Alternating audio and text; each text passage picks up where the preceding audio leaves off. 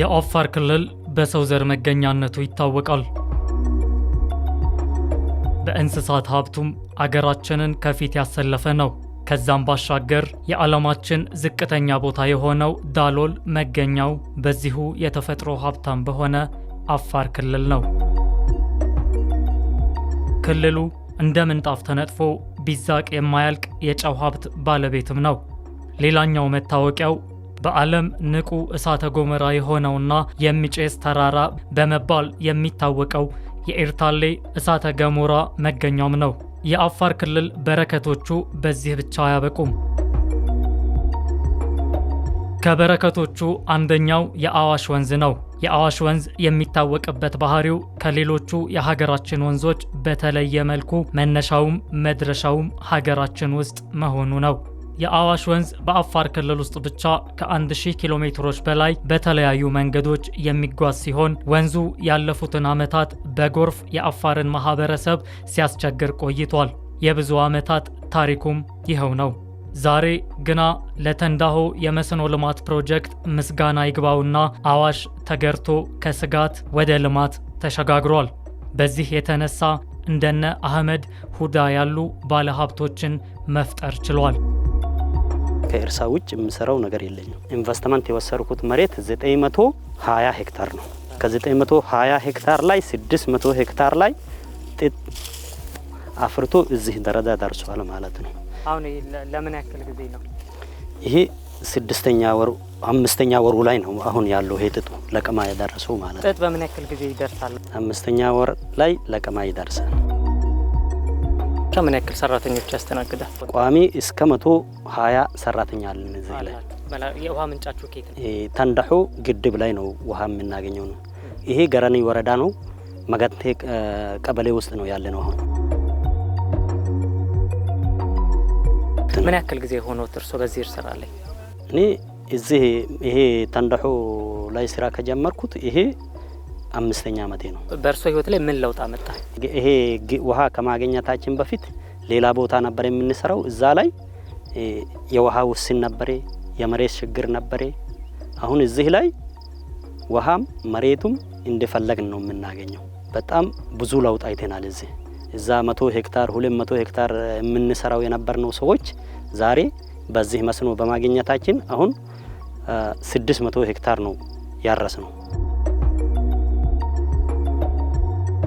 የመስኖና ቆላማ አካባቢዎች ሚኒስቴር ነው ይህን ስራ እየሰራ ያለውና ምናልባት ከአካባቢው አስተዳደር ከቢሮ ጋር ያላችሁ ግንኙነት ምን ይመስላል? አንደኛ በውሃ ችግር ያለው ጊዜ እየጠራናቸው ከኛ አቅም በላይ የሆነ ፋሃዎች ምንድን ሲሆን ይሰሩልናል። ከነሱ አቅም በላይ ያለው ከሆነ ለፌደራል ምናምን ብሎ ያመለክቱልናል ማለት ነው። ጥሩ ግንኙነት አለን ማለት ነው ቆላማ ቢሮ ጋር።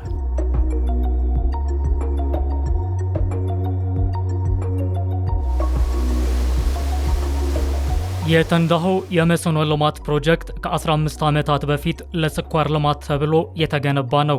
ይሁን እንጂ በነበረበት የግንባታ እክሎች ምክንያት ለዓመታት አገልግሎት ሳይሰጥ የቆየ የሀገራችን ሀብት ነው። አሁን ላይ የተንዳሆ የመስኖ ልማት ፕሮጀክት ከ60,000 ሄክታር መሬት በላይ እንዲያለማ ሆኖ የተገነባ ሲሆን የተለያዩ የጥገናና የማጠናቀቂያ ስራዎች ተሰርተውለታል። ሚኒስቴር መስሪያ ቤቱ እያካሄዳቸው ካሉ ሰፋፊ የመስኖ ልማት ፕሮጀክቶች አንዱ የተንዳሆ የማጠናቀቂያና የጥገና ፕሮጀክት ነው። ይህ ፕሮጀክት እንደሚታወቀው ከዚህ በፊት ሜቢ ከ15 ዓመትና ከዛ በፊት ተገንብቶ ያለቀ ፕሮጀክት ነው። ይህ ፕሮጀክት በዋነኝነት ለስኳር ልማት ተብሎ የተሰራ ነው። ከዚህ ውስጥ 25,000 ሄክታር ሙሉ በሙሉ ለስኳር ለተንዳሆ መስኖ ልማት ፕሮጀክት ተብሎ የተሰራ ነው። ቀሪው ደግሞ ለህብረተሰቡ ተብሎ የተሰራ ነው። እንግዲህ መጀመሪያ ሲሰራ መጠናቀቅ የነበረባቸው ግን ያልተጠናቀቁ ስራዎች ነበሩ። አንድ ሁለተኛ ደግሞ ረጅም ዓመት ከማገልገሉ የተነሳ ደግሞ ጥገና የሚፈልጉ ስራዎች ነበሩ። ስለዚህ እነዚህን ስራዎች አንድ ላይ አድርጎ በፕሮጀክት ደረጃ ተይዞ የማጠናቀቂያና የሪሃቢሊቴሽን ስራ ተብሎ ነው። በዋነኝነት የዚህ ፕሮጀክት ስራ ዋናው አክቲቪቲ የውሃ መቆጣጠሪያ ግድቡ አካባቢ ያሉ የውሃ መቆጣጠሪያ ኤሌክትሮሜካኒካል ያላለቁ ስራዎች ነበሩ፣ እነሱ ማጠናቀቅ። ሁለተኛ የትርፍ ውሃ ማስወጫው ጋር ደግሞ ያልተጠናቀቁ ስራዎች ነበሩ። እንደገና ደግሞ በስራ ሂደት ደግሞ የተበላሹ ነበሩ።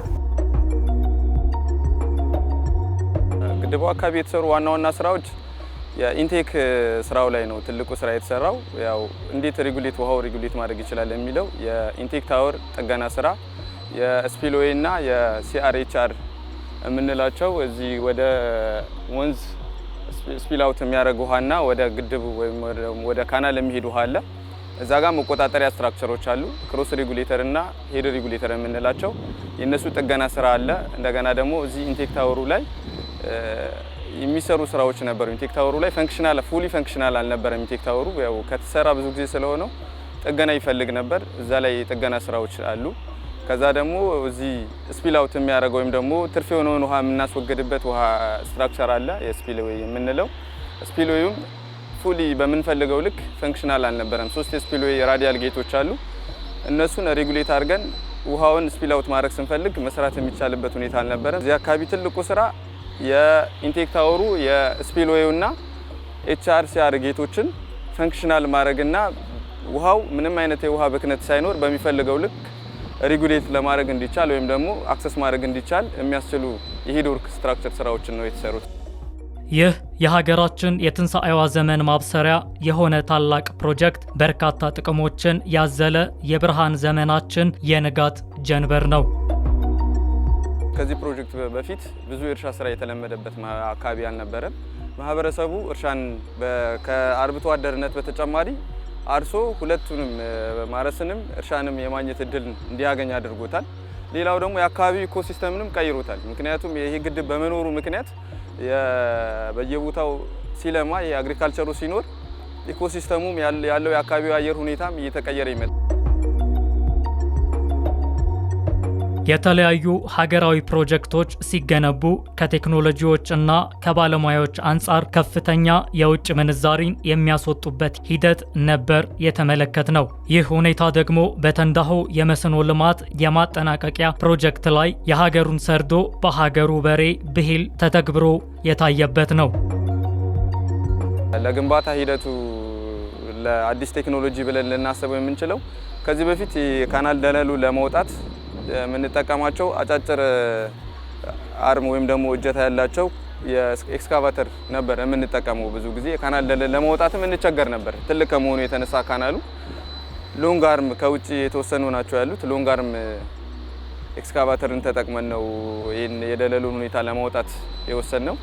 ከዛ በተጨማሪ ግን ከሌሎች ግድቦች በተሻለ ኦፕሬት ማድረጉ የኛም ፈንክሽናል አድርጎ ጌቶቹ መዝጋት መክፈት መቻሉ ትልቅ አቺቭመንት ይመስለኛል። የስፒልዌይ ጌቱ ፈንክሽናል አልነበረም። ከፍቶ ውሃ በሚፈልገው ልክ መልቀቅ መቻላችን በራሱ የሌሎች ሀገር ሰዎች ነበሩ ኦፕሬት ሲያደርጉት የምናውቀው ጌቶችን ባለን ልምድ። አሁን በእኛው አቅም ሜንቴን አድርገን ጌቶችን ኦፕሬት አድርገን መቆጣጠር መቻላችን ትልቅ ቴክኖሎጂ ነው ብዬ አስባለሁ።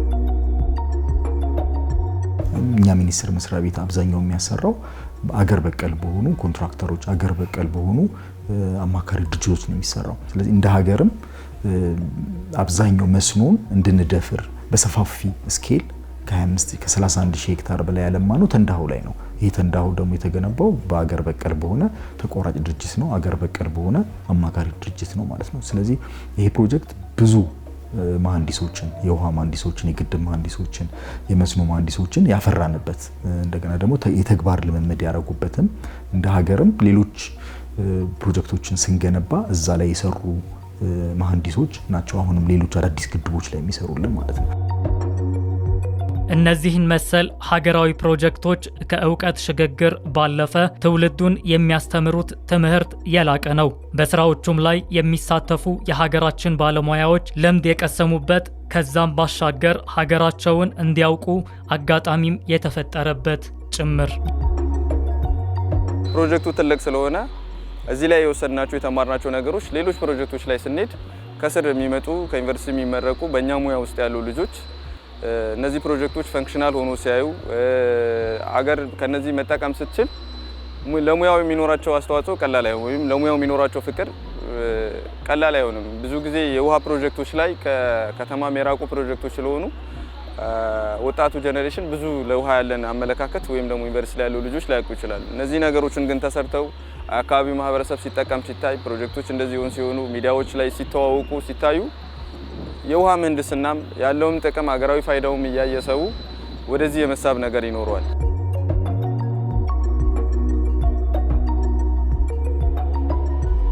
እንደሚታወቀው ተንዳሆ በሀገራችን ደረጃ በጣም ትልቅ ግዙፍ ፕሮጀክት ነው እና እንደዚህ አይነት ሜጋ ፕሮጀክቶች ተጀምረው በአጭር ጊዜ ውስጥ መጠናቀቅ እንደሚችሉ እኛም ትምህርት የወሰድንበት ነው። የተንዳሆ የመስኖ ልማት የማጠናቀቂያ ፕሮጀክት የከዚህ ቀደሙን የሀገራችን የመስኖ ልማት ተሞክሮ የአካባቢው ሀብት የሆነውን የፀሐይ ብርሃን ታዳሽ ኃይልን መጠቀምን ያስተማረም ፕሮጀክት ነው። ይሄ ሶላር ፓምፕ ፕሮጀክቱ ላይ ካሉ ኮንትራክቶች አንደኛው ፓርት ነው። ኦሬዲ ለማህበረሰቡ አገልግሎት ለማዋል እንዳያችሁት ከዚህ ቀደም እዚህ ፕሮጀክት ላይ በፓምፕ ነበር የሚለማው። ፓምፕ እንደሚታወቀው ወይ ነዳጅ ወይ ቤንዚን ይጠቀማል። ሰው ወጪው ማኑዋሊ ካልኩሌት ሲደረግ በጣም ብዙ ብር ነው ወጪ የሚያደርግ የነበረው አካባቢ ማህበረሰብ። እሱን ለመተካት አዲስ ቴክኖሎጂ ሶላር ፓምፕ ተተክሎላቸው የነዳጁን እንትን ወጪ በዚህ በሶላር ፓምፕ ለመተካት ለማህበረሰቡ መስኖና ቆላማ ከሚያሰራቸው አንደኛው ስራ ይህን ቴክኖሎጂ ለአካባቢው ለማመድ ጥሩ እድል እየፈጠረ ያለ አንድ ፕሮጀክት ነው። የአፋር ማህበረሰብ በስፋት በአርብቶ አደርነት የሚታወቅ ነው። የተንዳሆ ፕሮጀክት እውን መሆን ለከብቶቻቸው መኖና ውሃ ፍለጋን ከቦታ ቦታ የሚንቀሳቀሱበትን ሁኔታ የሚያስቀር ነው። በጣም ተለውጧል ላይፍ ስታይሉ። ድሮ አፋር ህዝብ ከቦታ ቦታ የሚንቀሳቀስ ዝናብና ዳመናን ተከትሎ ሳር ፍለጋ ከቦታ ቦታ የሚል ነገር ነበረው። ያንን ወደ ዘመናዊ በመቀየር በአንድ ማዕከል ላይ መኖ ለእንስሳ የሚፈለገው ነገር በቅርበት ውሃም እየተቀረበላቸው በእንደዚህ አይነት ሁኔታ ላይ በጣም በስፋት በተለይ ልማት ትሩፋቶቹን ተግባራዊ ካደረጉት ክልሎቹ አንዱ አፋር ክልል ነው ማለት ይቻላል። አንድ ማህበረሰቡ አሁን ወደ እርሻ እየገባ ነው። ከአርብቶ አደር ከክፍለ አርብቶ አደር ወደ እርሻም እየገባ ነው። ስለዚህ ሚክስድ እየሆነ ነው። መጀመሪያ ለራሳቸው ነበር በቆሎ ምናምን ሲያመርቱ ነበር። አሁን ግን ማርኬት ቤዝድ የሆነ አዝርቶች እየተከሉ ነው። ሽንኩርት፣ ቲማቲም፣ ጥጥ፣ ማንጎ እነዚህ ነገሮች እየሰሩ ነው። ከፍተኛ አቅም አለ፣ የውሃ አለ፣ መሬት አለ። ስለዚህ ውሃና መሬት ማገናኘቱ ቀላል ነገር ስለሆነ መንግስት አንዳንድ ነገሮች ድጋፍ ቢያደርግላቸው ወጣቶች ላይ ማህበረሰቡ ራሱን ቀይሮ አገር የሚቀይርበት እንትን ይፈጥራል። ይሄ ደግሞ ደንበር አካባቢ በመሆኑ አንፃር ካሉ ጎረቤቶች ላይ የገበያ ትስስር በመፍጠር የማህበረሰቡ የኢኮኖሚ እንትን ላይ ማሳደግ ይቻላል። ሌላኛው የዚህ ፕሮጀክት ስኬት ይዞት ከሚመጣው በረከት መካከል ከአፋር አልፎ በሀገራችን የምግብ ዋስትና ሉዓላዊነትን የማረጋገጥ ዓላማን ከዳር የሚያደርስ መሆኑ ነው። መስኖ ማለት አንዴ ሳይሆን ሁለቴ ሶስቴ ማልማት ማለት ነው። ስለዚህ ይሄ ማለት የሀገራችንን የምግብ ሉዓላዊነት እውን ከማድረግ አንፃር ከፍተኛ የሆነ አስተዋጽኦ ያለው ነው ማለት ነው። ስለዚህ ኢትዮጵያ ሀገራችን ያው በቂ የሆነ የውሃ ሀብት አላት፣ መሬት አላት። ስለዚህ ይሄ ውሃና መሬትን ማገናኘትና መስኖን ማስፋፋት የምንችል ከሆነ በቂ የሆነ የምግብ ሉዓላዊነታችንን ከማስከበር አንፃር በቅርብ ጊዜ የምናረጋግጠው ይሆናል ማለት ነው። የሚኒስቴር መስሪያ ቤትም አብዛኛው ፕሮጀክቶቻችን እየገነባ ያለው በሁሉም የሀገሪቱ ክፍል ውስጥ እያደረገ ያለው ይህንን ለማሳካት ነው። በስራ ሂደቱ ውስጥ ሁሌም ቢሆን ተጠቃሚነት ከአካባቢው የሚጀምር ነው። የተንዳሆ የመስኖ ልማት የማጠናቀቂያ ስራ ፍሬው ገና ካሁኑ እየተቀመሰ ነው። ስርዓት ወጣት እንዳለሁም ገብቶ በማህበር ተደራጅተው አምራች ተረካቢ ሆኖ እየሰሩበት ነው። በተለይ አፈር በፊት ያው በረሃ ነው ምንም ነገር አይበቅልበትም የሚል አስተሳሰብ ነበር። አሁን ያንን አስተሳሰብ ቀይሮ ከስንዴ ከቆላ ስንዴ እስከ ሽንኩርት፣ ቲማቲም ድረስ እንዳለ ተደራጅተው እየረስ ያለው ወጣት ነው። አምራች ወጣት አለ በማህበር ተደራጅቶ ማለት ነው። እንደገና ደግሞ ከነዛ የምንረከብ ተረካቢ ወጣቶቹ ደግሞ አሉና እንደገና ደግሞ ፕሮጀክቱ ሲሰራ ሌበሮች አሉ ደግሞ በጉልበት ስራ ወይም በተለያየ ዘርፎች ላይ ከፕሮጀክት ጋር አብሮ የሚሰሩ ቋሚ ሰራተኞች አሉ። እንደገና ደግሞ ኮንትራት ሰራተኞች አሉ። በዚህም በጣም ከፍተኛ ወጣት እንዳለ በቃ በየዘርፉ ማለት ነው በየችሎታው እየገባ ይሰራበት ሁኔታ ነው ያለውና ፕሮጀክት ላይ ተቃምጣለው ማለት ነው። ከዛ እድል ፈጠራ ቆያ ማለት ነው ብዙ ጥቅም ይሰጣል። አንደኛ ይጠጣሉ፣ በመጠጣት ላይ ይጠቅማቸዋል። ሁለተኛ መስኖ ካልሰረሰ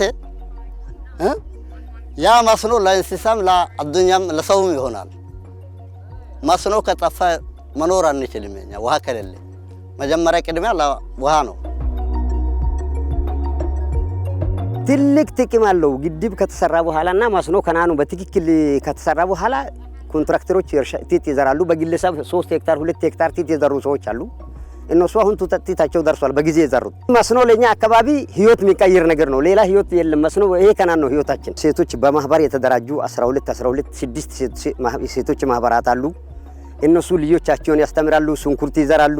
ከመንግስት የሚያገኙት ድጋፍ ተደራጅቶ እየሰሩ ነው። እንስሳም ያረባሉ፣ ሳር ይዘራሉ። ሳሩ ይጨጨራል፣ ይቀመጣል። ለእንስሳ ብዙ ህይወት ብዙ እየቀየረ ነው። ልጆችም ትምህርት እየገቡ እየተማሩ ነው። ለከብቶቻችንም ውሃ በመስመር ትክክል ከሄደ መሬት ያጠጣል፣ አጥር ያጥራል፣ መስኖ ይበቅላል፣ ከብቶች ይበላሉ። ብዙ በቃ እኛ አካባቢ ላይ ህይወታችን መቀየር የሚችለው ይሄ ከናን ብቻ ነው። ለወጣቶች ቡድን ተባርተን በቆሎ ምናምን ሙዝ ምናምን የተለያዩ ነገሮች እንሰራለን። እዚህ ለእርሻ ስራ በተለይ በቆሎ እዚህ ሀገር ታዋቂ ነው። ያን ነገር እንሰራለን። ሌላኛው ቁልፍ ነጥብ የትኛውም አይነት ሀገራዊ ፕሮጀክት ሲከወን ለነገው ትውልድ ዘላቂ ጥቅም በሚፈለገው መልክ መስጠትን ታላሚ ማድረጉ ግልጽ ነው። በዚህም ምክንያት የጥራት ጉዳይ ለድርድር የሚቀርብ አይደለም። ከዚህ አንጻር የተንዳሆ የመስኖ ልማት ስራ በቁርጠኝነት በከፍተኛ ቁጥጥርና ክትትል እየተሰራም ይገኛል። ለ4 ዓመት የቆየ ሚኒስቴር መስሪያ ቤት ነው። በቅርብ ጊዜ ያደረገው የአደረጃጀት ለውጥ አለ። ይህን ጽህፈት ቤት የፕሮጀክት ፕሮግራም ጽህፈት ቤት ሲያቋቁም ፕሮጀክቶች በተሻለ አፈጻጸም በተሻለ ክትትል ማድረግ እንዲቻል ነው የተዋቀረው። በዚህ መሰረት እያንዳንዱ ፕሮጀክቶቻችን ላይ የሚኒስቴር መስሪያ ቤቱ ተወካይ ያለበት፣ የሚሰሩ ስራዎችን በቅርበት ክትትል የሚደረግበት፣ በፊት ከነበረው አወቃቀር የተሻለ የቁጥጥር ሂደት እንዲኖረን የሚያስችል የአሰራር ስርዓት ስለተዘረጋ ከዚህ በፊት ከነበረው የተሻለ የቁጥጥርና የክትትል ስራ እየሰራን ያለ ነው። በጥራት ደረጃ ካልን የኛ ተቆጣጣሪ ወይም ደግሞ ኳሊቲ አሹራንስ ሁሉም የተሟላ ቲም ስለሆነ እያንዳንዱ የሚሰራው ስራ ስታንዳርድና ኳሊቲ በጠበቀ መልኩ ቴስቶች እየተሰሩ ስታንዳርዶች እየተጠበቀ በእያንዳንዱ ስታንዳርድ ዶኩመንተሪ የሆነ ስታንዳርዶችን ኳሊፋይ አድርገን እየሰራን ስለነበረ በሚጠበቅ ኳሊቲ ተሰርቷል ብዬ አስባለሁ። በጣም ጥሩ የሚባል ፕሮግረስ ነው ያለው። የቀሩትንም ሳይቶች ተዘዋውረን እየጎበኘን ነበረ። በጣም በጥሩ ፍጥነት እየሰሩ ነው። ማቴሪያልም ማሽነሪም እንደምትመለከቱት አለ። በጥሩ ፍጥነት እየሰሩ ያለበት ሁኔታ ነው የተመለከትነው። ለፕሮጀክቱ መሳካት ሁሌም ቢሆን ሁሉም በባለቤትነት በቅንጅትና በአገራዊ ስሜት ሊሰራ ይገባል።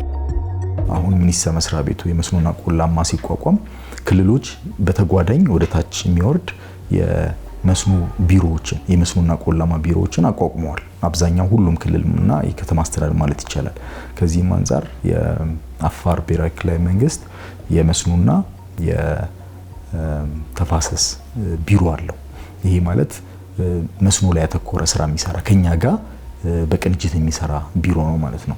ይሄ ቢሮ ይሄ ፕሮጀክት በሚከናወንበት ጊዜ ከጅምሩ ከጥገና ህሳቤው ጀምሮ እስከ መጨረሻው ድረስ አብረውን ነበሩ። እነሱም አስፈላጊውን ድጋፍ ለፕሮጀክቱ ሲያደርጉ ነበር። ለምሳሌ ማህበራዊ ችግር ሲያጋጥም ከመፍታት የግብአት ለግንባታ የሚሆን ግብአት እጥረት ሲያጋጥም የሚፈታበትን ነገር ማድረግ ከኛም በተጨማሪ እነሱም ኳሊቲ ላይ የስራ ቅደም ተከተል የትኛው ነው መቅደም ያለበት የሚለውን ይሄን በሙሉ በቅንጅት ነው የምንሰራው። በዚህም ደስተኞች ነን። ግብርናም አሳ ልማት ቢሮም እነዚህ ቢሮዎች መስኖ ጋር አንድ ላይ ሆነን ኢንቲግሬት ሆነን ነው እየሰራን ያለው። ይሄ ቢሮ ውሃ ያቀርባል፣ ግብርና ደግሞ ለገበሬ የሚያስፈልገው ነገር ያቀርባል። እንስሳትና አሳ ሀብት ልማት ቢሮ ደግሞ እነዚህ ቢሮ ጋር ሆኖ ለእንስሳትና ለአሳ ሀብት የሚያስፈልገውን ፋሲሊቲ አመቻችቶ ለህብረተሰቡ የሚያቀርብበት ሁኔታ ነው ያለው ማለት ነው። በተንዳሆ የመስኖ ልማት ፕሮጀክት ማጠናቀቂያ ስራ ላይ ፀሐይ አትጠልቅም። ሌሊት ምሽትና ቀን አይባልም።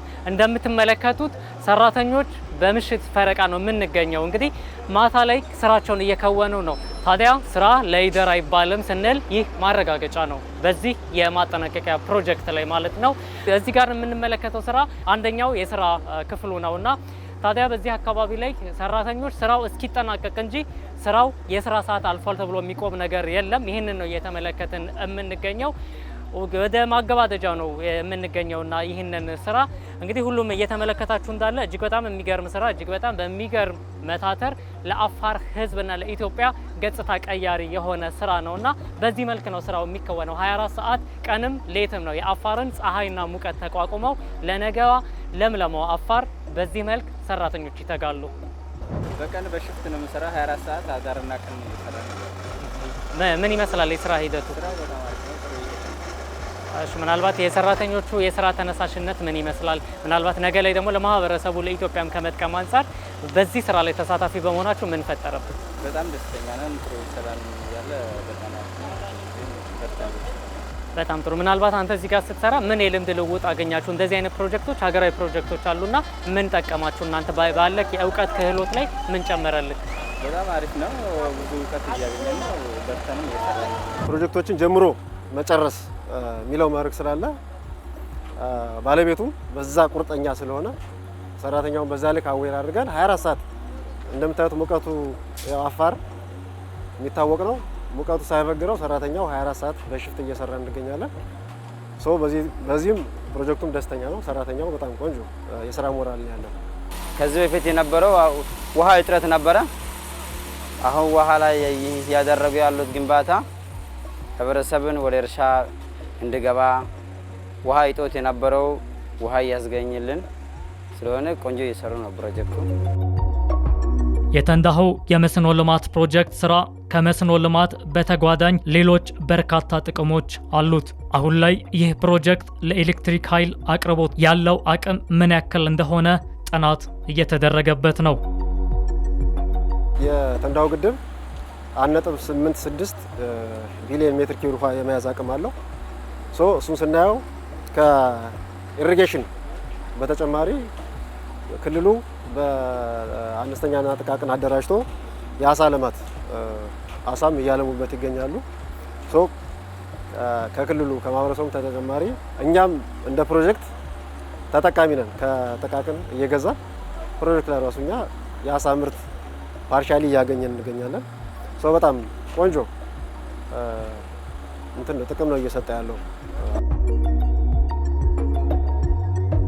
ተንዳሆ ላይ እስካሁን ባገኘነው የተወሰኑ ለራሱ እና የተወሰነ የአካባቢ ማህበረሰብ ሊጠቅም የሚችል የኤሌክትሪክ ፓወር ጀነሬት ማድረግ ይቻላል። መጀመሪያውኑ ለኤሌክትሪክ ማመንጫ ተብሎ ስላልተሰራ የተወሰነ ኮምፕሌክስ ነገሮች ይኖሩታል።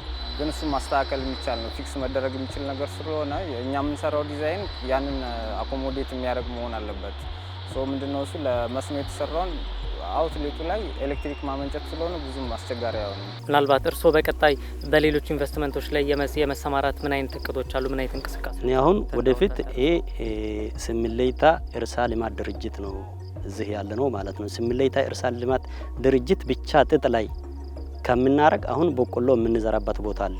ወደፊት ደግሞ ወደ እንስሳት አስተዋጽኦ ለማድረግ እየሞከርን ነው።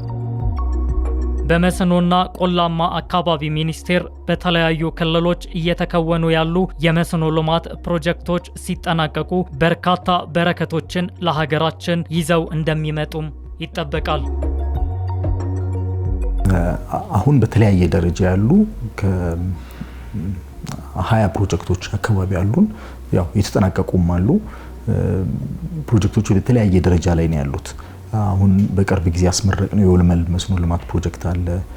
በቅርብ የምናስመርቀው የቄጦ መስኖ ፕሮጀክት አለ። አሁን ይሄኛው ተንዳሆ፣ በቅርብ ጊዜ ደግሞ የነጊዳቡንም ሌሎችንም እናስመርቀ ነው ማለት ነው። ስለዚህ ፕሮጀክቶችን በፍጥነት በታቀደላቸው ጊዜና በጀት ለመጨረስ ከፍተኛውን ጥረት እየተደረገ ነው። የመዋቅር ለውጥን በመደረጉ ፕሮጀክቶችን በአግባቡ የመጨረስ ሂደት ውስጥ ያለ ነው ማለት ነው። ከዚህ አንጻር ፕሮጀክቶች በፍጥነት እንደሚጠናቀቁበትም ጥሩ ማመራር እየተሰጠበት ያለ መንግስትም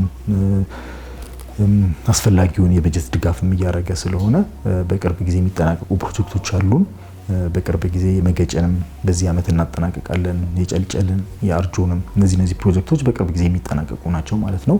የተንዳሆ መስኖ ልማት ፕሮጀክት ይጠናቀቃል። በቅርብ ጊዜም ለምረቃ ይዘጋጃል ማለት ነው።